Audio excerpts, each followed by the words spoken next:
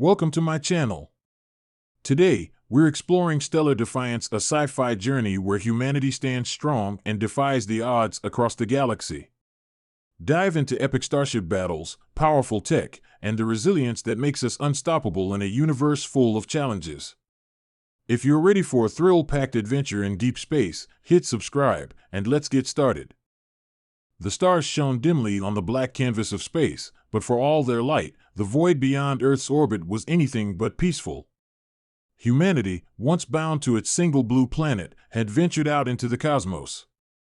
In their search for knowledge and expansion, they encountered more than just the beauty of the stars. They found a universe teeming with life, much of it hostile, indifferent, or looking to exploit Earth's resources.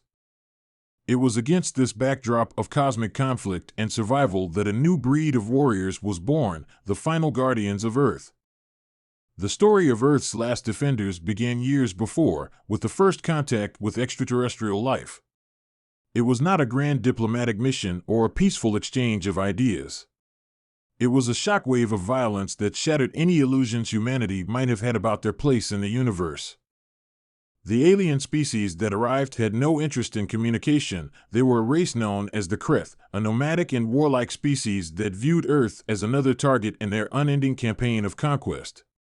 The Creth were monstrous in appearance, with chitinous exoskeletons and 6 razor-sharp limbs, their language a series of guttural growls and screeches. They arrived in vast, organic ships that seemed to pulse with a life of their own, swarming over Earth's defenses with frightening speed. Humanity was unprepared for this onslaught. The first wave of the Creth invasion saw cities reduced to rubble, entire populations wiped out in a matter of days. The military forces of Earth, accustomed to terrestrial conflicts, were ill-equipped to deal with an enemy that came from the stars. The nations of the world, despite their differences, rallied together in a desperate bid to defend their home. New alliances were forged overnight, old rivalries put aside as humanity faced an existential threat unlike any it had ever encountered. The Creth invasion was only the beginning. As Earth struggled to mount a defense, a coalition of alien species arrived in the solar system. They were not allies of humanity, nor were they friends. They were scavengers, opportunists, looking to capitalize on the chaos. These new arrivals, each with their own agendas, saw Earth's crisis as a chance to claim territory, resources, or new subjects for their empires. The solar system became a battlefield, a chaotic arena where alien factions clashed with each other as much as they did with humanity. In this maelstrom, Earth was caught in the middle, struggling to survive. It was during this time of chaos and uncertainty that a new organization was formed, one that would become the last line of defense for the planet, the Guardians of Earth. It was an initiative born out of desperation, led by the brightest minds and the most experienced military leaders from every corner of the globe. The Guardians were not just soldiers, they were scientists, engineers, strategists, and operatives, all brought together to form a cohesive force that could adapt to the rapidly changing threats facing humanity. The Guardians of Earth were different from any military force that had come before. They were equipped with cutting-edge technology, much of it reverse-engineered from the wreckage of alien ships. Their armor was sleek, lightweight, yet incredibly durable, made from a composite material that could withstand both kinetic and energy-based attacks. The helmets of the Guardians were equipped with advanced targeting systems, allowing them to track multiple enemies at once, and a neural interface that connected directly with the wearer's brain, enhancing their reflexes and cognitive abilities. The weapons they carried were similarly advanced, ranging from railguns that could pierce through the thickest alien armor to energy blades that could slice through metal as if it were paper. The training regimen of the Guardians was grueling. Recruits were put through a series of tests that pushed them to their physical and mental limits. Only the best of the best made it through the selection process. They had to learn to think on their feet, to adapt to unfamiliar and hostile environments, and to work seamlessly as a team. The training simulated scenarios that included zero-gravity combat, underwater missions, and survival in extreme temperatures, all designed to prepare them for any situation they might encounter. As the Guardians prepared for their first deployment, Earth was already engaged in a desperate struggle to push back the Creth. The alien invaders had established a foothold on the planet, fortifying their positions in several major cities. The Guardians' first mission was to reclaim one of these occupied areas, New York City. The once thriving metropolis had been turned into a war zone. Skyscrapers that had stood as symbols of human achievement now lay in ruins, their twisted metal frames jutting out like the broken ribs of a fallen giant. The Guardians deployed at dawn, their dropships streaking through the sky like comets. They landed in the heart of the city, where the Creth forces were strongest. The battle that followed was brutal and unforgiving. The Guardians moved as a single, coordinated unit, their advanced armor and weaponry giving them an edge against the alien invaders. They fought street by street, pushing the Creth back with every encounter.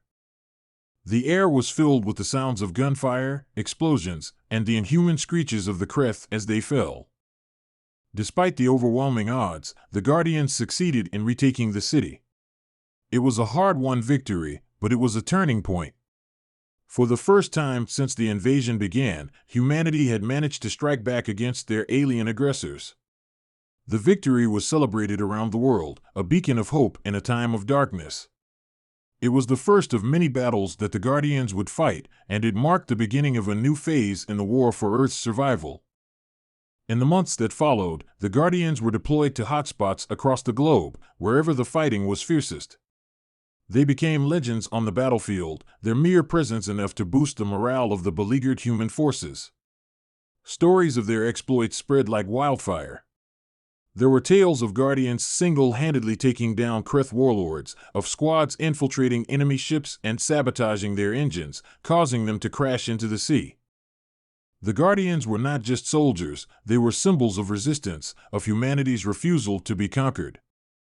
But as the war dragged on, it became clear that the Creth were only part of the problem. The other alien factions, initially content to fight among themselves, began to turn their attention towards Earth. These new threats came in many forms. There were the Volari, a highly advanced species with a hive mind mentality, whose ships were sleek and fast, capable of outmaneuvering even the most agile of Earth's fighters. The Volari were masters of cyber warfare, capable of hacking into Earth's defense systems and turning its own weapons against it. Then there were the Zarketh, a reptilian species that prided itself on its warrior culture. They saw the conflict on Earth as a proving ground, a place to test their strength and earn glory in battle. The Zarketh were brutal and relentless, their soldiers heavily armored and wielding weapons that could vaporize a human in an instant. They landed in remote areas, setting up fortified outposts and launching raids on nearby human settlements. In the face of these mounting threats, the Guardians of Earth knew they needed to adapt. They could no longer afford to be a reactive force, merely responding to enemy attacks. They needed to take the fight to the enemy, to strike at the heart of the alien factions that threatened their home. The decision was made to launch an offensive campaign, targeting the alien fleets and outposts scattered across the solar system. The campaign was ambitious and risky. It required a level of coordination and precision that had never been attempted before. The Guardians split into multiple strike teams, each with its own mission. One team would infiltrate a Creth command ship, planting explosives in its engine room. Another would lead an assault on a Zarketh outpost on the dark side of the moon, while a third would engage a Volari fleet in orbit, drawing their attention away from the other operations. The battles were intense, each one a life or death struggle. The Guardians fought with everything they had, using every tactic and trick they had learned in their training. They adapted to the enemy's strategies, countering with their own. They took heavy losses, but they pressed on, driven by the knowledge that they were the last line of defense for their planet. As the campaign progressed, the Guardians began to notice something strange. The alien factions, which had been so focused on fighting each other and attacking Earth, were starting to pull back. It was as if they were being called away, redirected to some other conflict or mission. The Guardians seized on this opportunity, pushing harder, driving the aliens back out of Earth's orbit. The reason for the sudden retreat became clear soon enough. A new threat had emerged in the galaxy, one that made even the Creth and the Zarketh seem like minor players. It was a species known as the Zerians, an ancient and powerful race that had remained hidden for eons. The Zephyrians were rumored to be the architects of many of the galaxy's most devastating wars, manipulating other species to fight on their behalf while they remained in the shadows. Now, they had decided to reveal themselves, their colossal ships appearing on the edges of the solar system like harbingers of doom. The Zephyrians were unlike any enemy humanity had faced before. Their ships were massive, dwarfing even the largest of Earth's space stations. They moved with a grace that belied their size, their weapons capable of obliterating entire fleets with a single blast. The Guardians knew that if they were to have any chance of defeating this new threat, they would need to unite with the very alien factions they had been fighting. In an unprecedented move, the Guardians reached out to the leaders of the Creth, the Volari, and the Zarketh. It was a tense meeting, held in the neutral territory of a derelict space station orbiting Mars. The leaders of the alien factions were wary, their distrust of humanity clear. But they all understood the gravity of the situation. The Zephyrians were a threat to everyone, and if they were not stopped, there would be no one left to fight over the spoils of Earth. The alliance that was formed that day was fragile, held together by the shared desire to survive. The Guardians took the lead, coordinating the efforts of the disparate factions. It was a monumental task, requiring them to navigate not just the battlefield but also the complex web of alien politics and rivalries. They forged a plan, a desperate gambit to strike at the heart of the Zephyrian fleet before it could reach Earth. The final battle was unlike any that had come before. It took place in the cold, empty void of space, far from any planet. The combined forces of the Guardians and their alien allies met the Zephyrian fleet head-on. The sky was filled with the flashes of explosions, the streaks of laser fire, and the silhouettes of ships locked in combat. The Guardians led the charge, their dropships weaving through the chaos, dodging enemy fire as they made their way towards the Zephyrian flagship. The flagship was a behemoth, a city-sized vessel that seemed to absorb the light around it. The Guardians landed on its surface, breaching its hull and fighting their way inside.